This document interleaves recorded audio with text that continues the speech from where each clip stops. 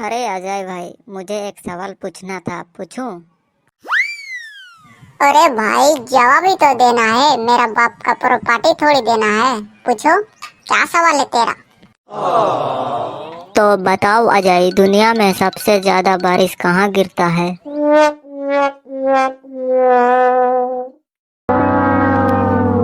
China में। नहीं, जमीन में।